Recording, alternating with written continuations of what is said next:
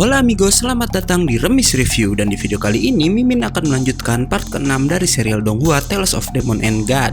Kayak apa kira-kira keseruan ceritanya? Tapi sebelum mulai kita intro dulu.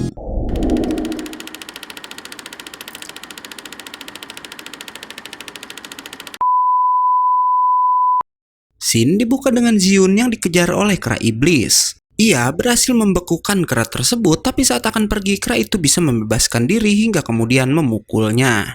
Beruntung Ning-er datang untuk menyelamatkannya. Tapi setelahnya Ning-er tampak dingin sama Ziun dan meninggalkannya begitu aja. Ziun pun mengingat masa lalunya di mana dulu ia dan Ning-er ini bersahabat baik. Hingga pada suatu malam ayah Ning-er memberitahukan masalah perjodohannya dengan Chen Fei. Hingga setelahnya Ning-er mulai berubah karena katanya ia iri pada Ziun yang bisa dengan tenang menjalani hidupnya tanpa seseorang yang memaksakan kemauannya pada Ziun. Setelah mengingat itu, Ziun pun bertemu dengan Nieli. Nieli mengetahui kalau Ziun berani memasuki zona terlarang karena ia sedang mencari rumput bersalju dan bersedia membantunya. Di sana Ziun pun akhirnya bertanya bagaimana Nieli bisa tahu jika Ziun punya tanda lahir berbentuk kupu-kupu di dadanya. Tapi Nieli nggak menjawab pertanyaan itu dan tanpa mereka sadari ternyata Ning-er melihat kedekatan keduanya. Nieli pun akhirnya pergi dengan Ziun di mana gadis itu berterima kasih karena Nieli mau membantunya dan katanya setelah ibunya meninggal, ayah Ziun terlihat nggak bahagia dan selalu sibuk dengan pekerjaannya. Mendengar itu, Nieli bilang ia akan membantu menyelidiki kematian ibu Ziun yang bahkan si Ziun sendiri nggak tahu kalau penyebab kematian ibunya karena diracun oleh seseorang. Sementara itu, Chen Yu dan para anak buahnya ternyata mengetahui kalau Nieli pergi bersama Ziun. Kembali ke Nieli dan Ziun di mana mereka udah memasuki daerah bersalju. Nieli mengetahui jika di dalam gua yang ada di sana terdapat tanaman yang Ziun cari karena katanya di masa depan mereka berdua pernah pergi ke sana. Keduanya pun masuk ke dalam gua dan di sana Nieli bercerita jika di dalam gua tersebut terdapat sebuah gundukan peninggalan keluarga angin salju dan karena Ziun berasal dari keluarga angin salju, Nieli bilang mungkin aja ia bisa masuk ke sana. Ziun sedikit bingung mendengar itu dan bertanya dalam hati dari mana Nieli tahu banyak tentang keluarganya. Hingga nggak lama mereka pun menemukan rumput yang Ziun cari. Karena satu rumput nggak cukup, mereka pun terus mencari ke dalam gua tanpa mereka sadari Chen Yu terus aja mengikuti keduanya. Chen Yu yang marah melihat kedekatan keduanya kembali keluar dan dengan kejam menutup pintu keluar gua itu.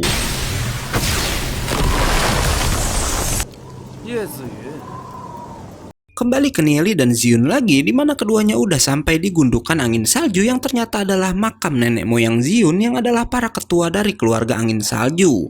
Tapi nggak lama terdengar suara seorang pria dibarengi dengan angin kencang yang menyuruh keduanya pergi dari tempat keramat tersebut. Hingga tak lama keduanya pun dibawa terbang oleh angin kencang itu menjauh dari gundukan. Ziun yang nggak mau mengganggu makam leluhurnya pun lalu mengajak Nieli pergi dari sana. Tapi tentu aja mereka nggak bisa keluar karena jalannya udah ditutup oleh Chen Yu. Mereka pun terpaksa kembali memasuki makam untuk bertanya jalan keluar lain pada suara tadi, tapi suara itu bilang jika di sana nggak ada jalan keluar lain.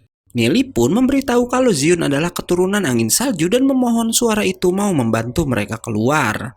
Mendengar Ziun adalah keturunannya, suara itu pun lalu memberikan kekuatan pada Ziun yang katanya ia memilih Ziun itu karena takdir yang udah mempertemukan mereka.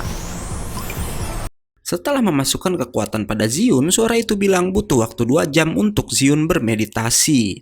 Si Nieli lalu mengaku sebagai tunangan Ziun untuk meminta sesuatu pada suara itu. Tapi karena yang Nieli minta adalah armor dan senjata rank legenda, suara itu bilang ia hanya punya senjata tingkatan emas hitam dan lalu memberikan sebuah belati kepada Nieli.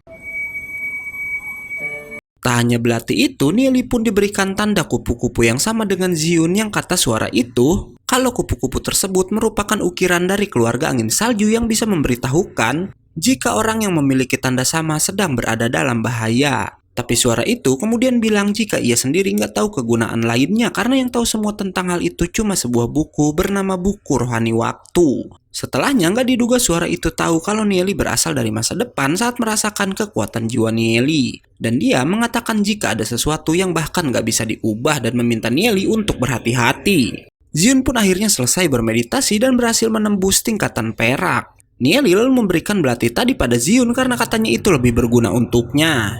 Setelah meninggalkan makam, keduanya pun menyatukan kekuatan untuk membuka pintu, sementara di luar Ning-er yang ternyata mengikuti mereka juga mencoba membuka pintu es tersebut.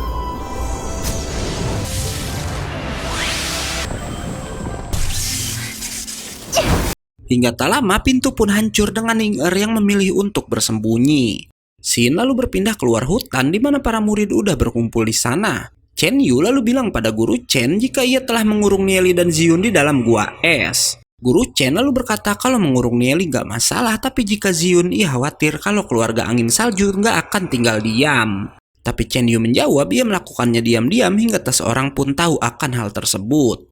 Guru Chen pun lalu mengumumkan jika waktu tinggal tersisa 15 menit aja dan siapa yang belum kembali saat waktunya habis maka mereka akan didiskualifikasi. Tapi nggak lama Nieli dan Zion datang yang tentu aja hal itu membuat Chen Yu sangat terkejut. Nieli pun langsung menunjukkan sekantung tanduk domba pada guru Chen hingga membuat Nieli dan teman-temannya dinyatakan lulus ujian. Setelahnya, Nieli berbicara pada Chen Yu yang ternyata Nieli mengetahui kalau Chen Yu lah yang udah menjebak dirinya di dalam gua. Yang lagi-lagi karena perkataan Nieli, Chen Yu jadi perbincangan semua murid. Guru Chen lalu mencoba membela keponakannya itu dengan mengatakan jika Nieli nggak punya bukti dan akan melaporkan Nieli pada wakil kepala sekolah. Tapi tiba-tiba Ning-Er datang dan bersedia menjadi saksi. Kesaksian Ning-Er pun tampak dipercaya oleh semua murid, tapi Guru Chen berkata itu cuma karena Ning-Er ingin membela Nieli. Guru Chen kembali meminta bukti kepada Nieli. Nieli yang gak punya bukti lalu bertanya pada Zion, apa gadis itu lebih percaya pada keluarga keramat atau pada Ning-Er, yang tentu aja Zion lebih mempercayai sahabatnya. Chen Xiao tetap membela keponakannya dan berkata pada Zion jika nggak terbukti ia ingin Zion meminta maaf kepada Chen Yu. Dan jika terbukti kalau ia bersalah, maka keluarga keramatlah yang akan menghukum anak itu. Setelah semua selesai, Nieli pun langsung pergi bersama Duze dan juga Lu Piao. Dan ternyata wakil kepala sekolah dan juga Ye Xiao melihat kejadian itu. Ye Xiao yang berasal dari keluarga kerajaan sangat marah karena keluarga keramat udah melibatkan Zion. Dan ia bilang jika dirinya nggak akan tinggal diam.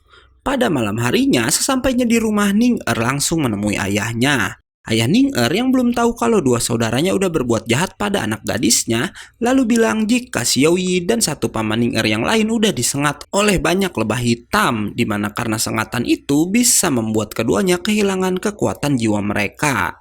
Pada keesokan harinya, Nieli membantu Zion mengolah rumput salju menjadi 3 butir pil jiwa. Dan gak sengaja direktur yang melihat itu. Ia lalu bertanya untuk siapa pil tersebut dan Nieli menjawab ia akan membantu Zion. Mendengar itu, direktur pun langsung meminta bantuan untuk dirinya sendiri, di mana kemudian Nieli memeriksa kekuatan jiwa sang direktur, di mana Nieli akhirnya mengetahui kalau kekuatan jiwa direktur yang bertipe awan petir tingkat ke-9.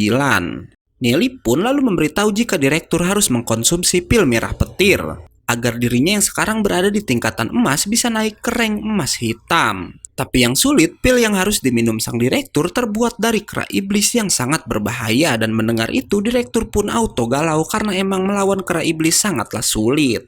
Nieli lalu memberitahu rahasia bagaimana direktur bisa mendapatkan kera iblisnya. Yang Nieli bilang sebelum mati kera-kera itu akan melarikan diri ke sebuah gua di mana di sana mereka akan mati dengan sendirinya. Keesokan harinya, asosiasi alkimia pun akhirnya memasang selebaran untuk siapapun yang berhasil mendapatkan kera iblis akan diberikan hadiah sebesar 50 juta. Shin lalu berpindah ke keluarga keramat di mana terjadi sedikit ketegangan antara mereka dengan Guil kegelapan.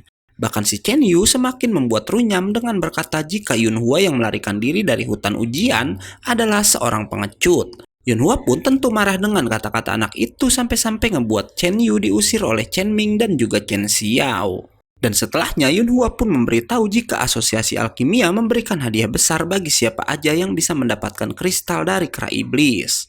Setelah memberitahukan hal itu, Yunhua bilang ia akan menyelidiki hal itu sendiri. Chen Xiao yang gak suka melihat kesombongan Yunhua berniat memberikannya pelajaran, tapi Chen Ming bilang Yunhua emang cuma ada di tingkatan emas, tapi di belakangnya ada spiritual tingkatan emas hitam yang bahkan berpotensi naik ke tingkat legenda, yang konon kabarnya kekuatannya bahkan bisa melebihi Raja Yemo. Shin kemudian berpindah pada Yunhua dan para anak buahnya yang berencana mengikuti perburuan kristal dari monyet iblis untuk mendapatkan hadiah uangnya. Sementara itu di asosiasi alkimia, Guyan menemui Nieli karena ingin anak itu kembali menerjemahkan buku kuno untuk membuat pil tingkat tinggi atas permintaan sebuah keluarga bernama keluarga Feng Shu. Karena mengetahui jika keluarga Feng Shu bisa membuat nama Nieli tercatat dalam sejarah kota Glory, ia pun bersedia membantu dengan menerjemahkan sepertiga dari buku kunonya. Pada malam harinya, Ziun tiba-tiba menemui Nieli di perpustakaan untuk menanyakan mengenai pilnya. Dan akhirnya Nieli pun memberikan pil yang udah ia buat untuk gadis itu. Sesampainya di rumah, si Ziun langsung dimarahi oleh ayahnya karena gadis itu pergi hingga larut malam. Sampai-sampai Raja Yemo menghukum Ziun gak boleh keluar rumah selama 10 hari guys. Sementara Nieli yang sedang berjalan sendiri tiba-tiba diserang oleh anak buah Yunhua.